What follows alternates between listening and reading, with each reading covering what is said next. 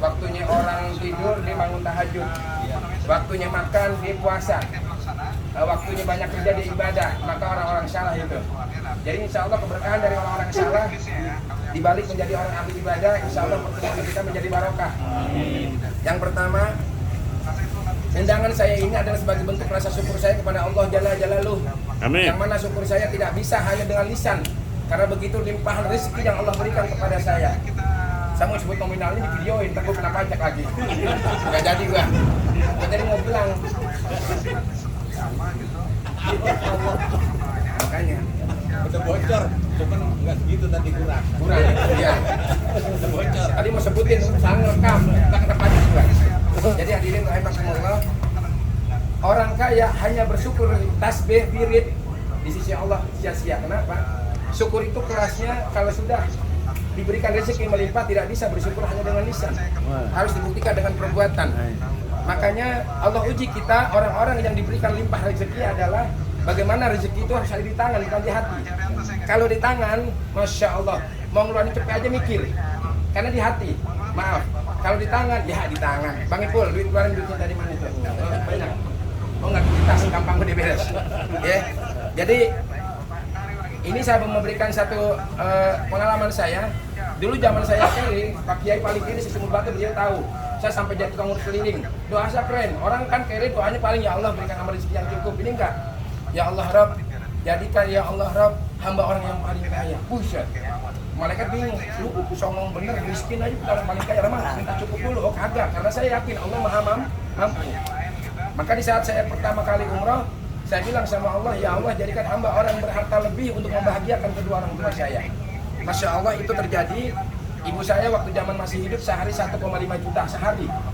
Sampai ibu saya bilang, Ton, mau ada tua, makan cukup, ini mau banyak banget, terserah mak, mau bantahan juga nggak apa-apa. Saya gituin. Ini nyata hadirin, kenapa? Seorang anak kalau cita-citanya udah murni ingin membahagiakan orang tua, di situ ada kemudahan. Kebanyakan seorang suami berangkat kerja, berangkat pagi, pulang malam, semangat kerja, motivasinya anak istri. Bicara anak istri memberikan nafkah, binatang pun pinter. Tapi ada nggak binatang yang memikirkan untuk orang tuanya? Itu masalahnya.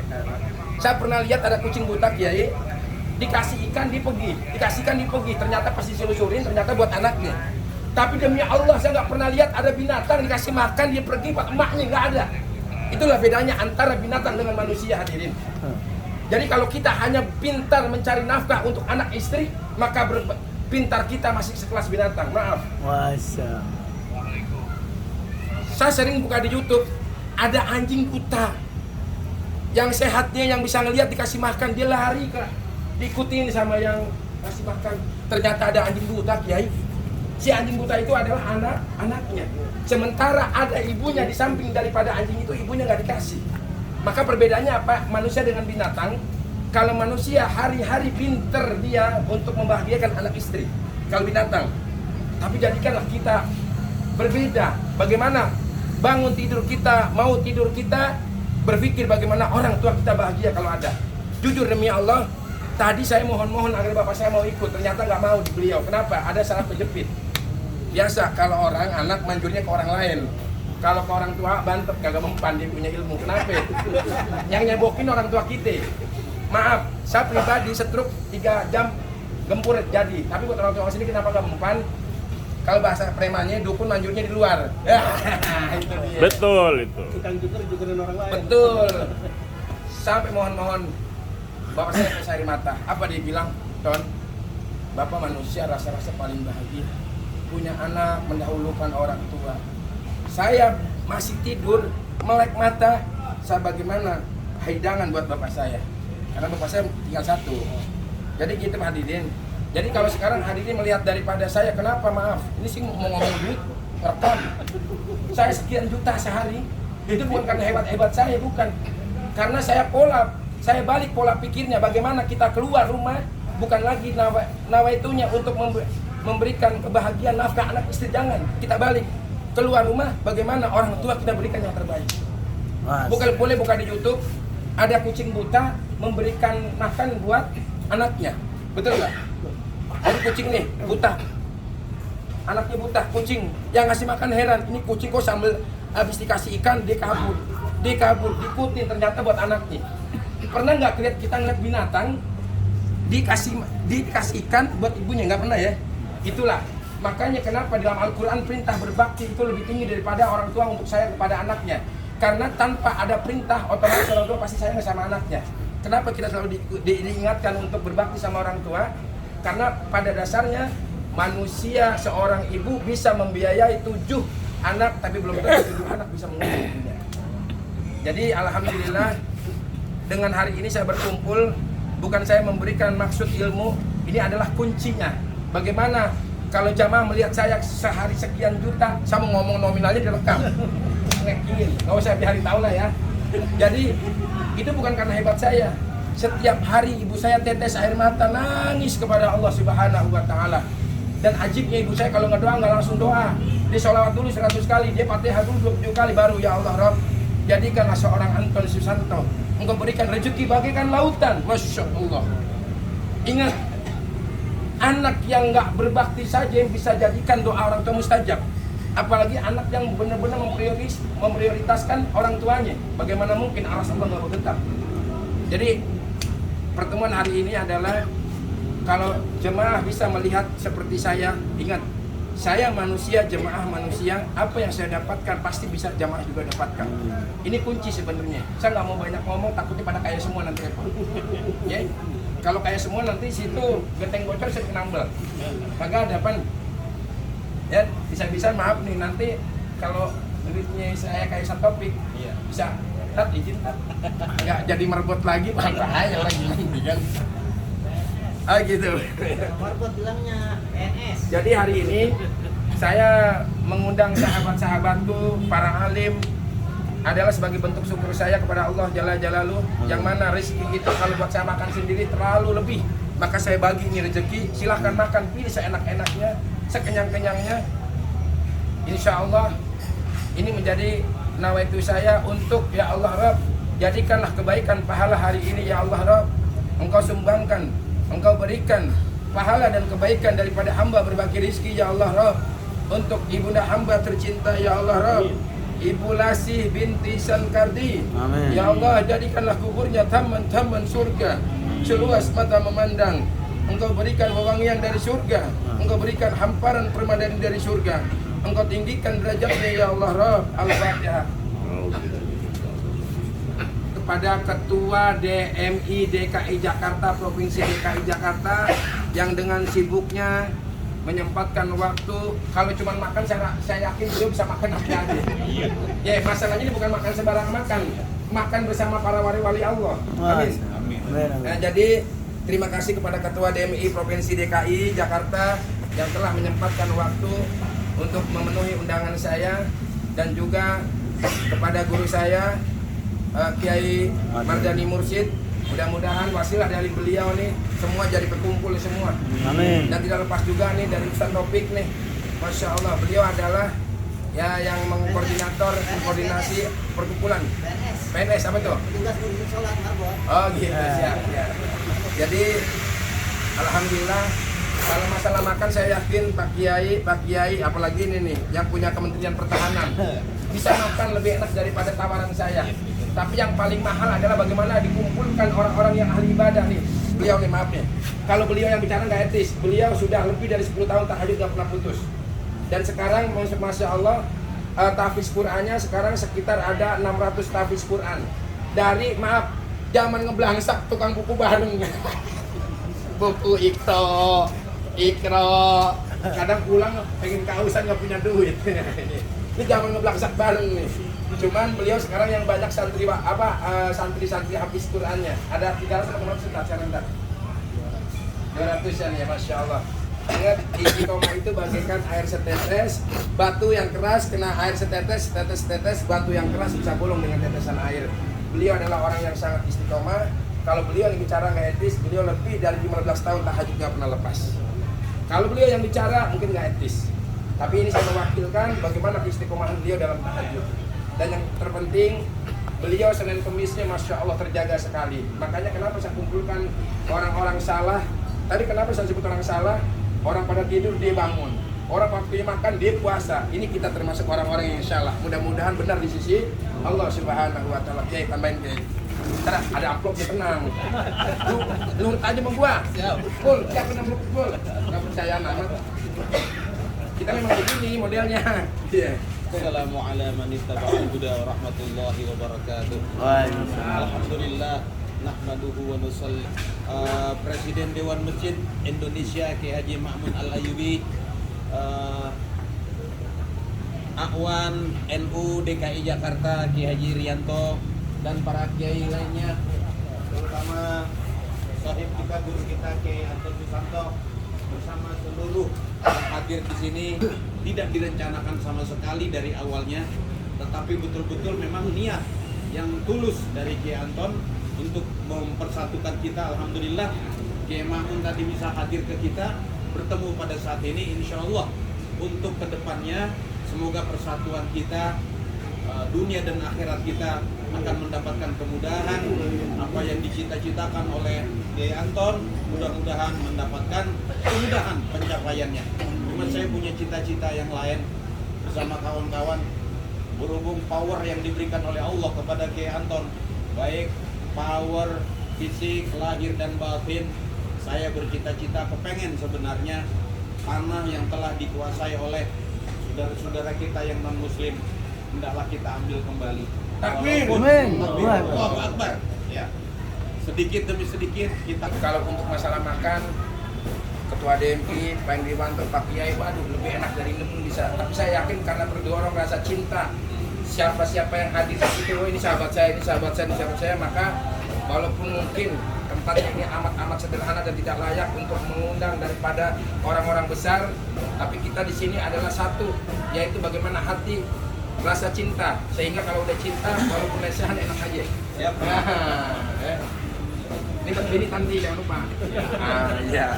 Soalnya waktu loudspeaker, Bini denger. Iya. Pulang ditanyain. Jadi pemirsa, Jasa ya, pemutusan jasa. jadi kesimpulannya seorang Anton hanya hitungan bulan melejit duit cepat sekali. Maaf, kalau orang dibilang katanya punya uang 2 miliar 30 tahun itu mah bukan biasa, itu mah nabung namanya, ya. Tapi kalau hitungan 6 bulan, saya nggak sebutin di sini. Takut, itu dia. Pokoknya begitu dah, ya. Tapi nanti. Ya, penalti. Itu yang luar biasa. Kenapa? Kuncinya satu yang tadi saya bilang, gape kesuksesan jangan dari kerja. Kalau kerja kita lelah, Pak. Tapi bagaimana gape kesuksesan itu? Di situ ada sebab-sebab. Salah satunya sebab doa mustajab. Kita mungkin sebagai anak banyak maksiat, sedikit ibadah. Titipkan doa kita ke orang tua kita. Nah, seperti itu. Jadi wasilah daripada orang tua kita yang tadinya doanya dijabah mungkin 30 tahun lagi baru kaya, 6 bulan kaya dadakan. Nah, makanya jangan berpikir nih, kita roba nih anak laki-laki sampai mati baktinya sama orang tua. Sekarang kita pikir bagaimana melek mata kalau orang tua masih hidup, pikirin orang tua kita bahagia, senang itu. Kenapa? Kalau melek mata, istri anak bahagia, binatang pun begitu. Nggak ada binatang saya lihat di YouTube dikasih makan buat emaknya, nggak ada. Rata-rata buat anaknya. Nah ini bini saya yang kurang tinggi, yang kurang kurus. Ya, jadi walaupun demikian, insya Allah 1 rasa 4. Ya, gitu. Baru. Ya, Tambahkan, baik. Kiai. Tambahkan gantian ngomong sini. Gantian. Udah anak bisa. Oh, udah bisa kita ya siap. Jadi standarnya kelihatan. Oh, gitu. Baik, alhamdulillah, terima kasih di Anton dan sahabat semua. Malam ini ternyata di luar dugaan saya, berangkat dari rumah nawaitu untuk silaturahim dengan Ki Anton, tapi ternyata kita mendapatkan ilmu yang sangat bermanfaat dan sangat luar biasa. Ini yang Jangan ngomong kebagian. Udah tenang. Udah tenang. coba dikasih duit kita nih. Iya, pokoknya ngomong kebagian. Ini sangat luar biasa. Iya. Pokoknya ngomong kebagian. Saya berharap hari ini pertemuan bukan yang terakhir. Yang pertama tetapi bukan yang terakhir. Dan bismillah, mudah-mudahan beliau adalah pemilik warung ini. Iya. Ke depan kita Ini imam besarnya jangan lupa disebut. sering silaturahim. Ini imam besar Masjid Akbar Mayoran. Jadi imam besar badan kecil, jangan lupa. Dan mudah-mudahan nasihat beliau juga ini mohon izin saya tayangkan di channel YouTube saya. Punya channel YouTube. Apa Ya. channel YouTube-nya? Nanti ini nasihat juga buat anak-anak saya, Oh ya siap. buat anak dan mantu saya semua. Ternyata memang yang sangat luar biasa. Ini pula lah yang terus-menerus saya selalu dalam setiap kesempatan selalu mendoakan pada kedua orang tua. Amin.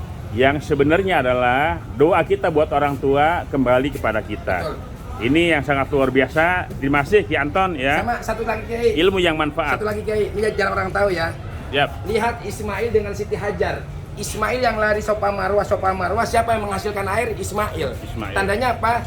Sukses seorang anak 30%, 70%-nya orang tua. Orang tua yang lelah-lelah, Ismail yang mengeluarkan air. Maknanya apa? Walaupun kita bodoh, nggak sekolah, blow on, lemah, kalau orang tua sudah berdoa, Masya Allah pintu langit kebuka. Lihat Ismail, seorang bayi, bergerak pun susah, tapi ikhtiar daripada ibunya, Sofa Marwah, maksudnya apa? Doa orang tua, ikhtiar orang tua, dijadikan Masya Allah dari hentakan kakinya, Insya Allah sampai hari kiamat, air tidak akan surut. Apa maksud daripada Ismail dengan Siti Hajar?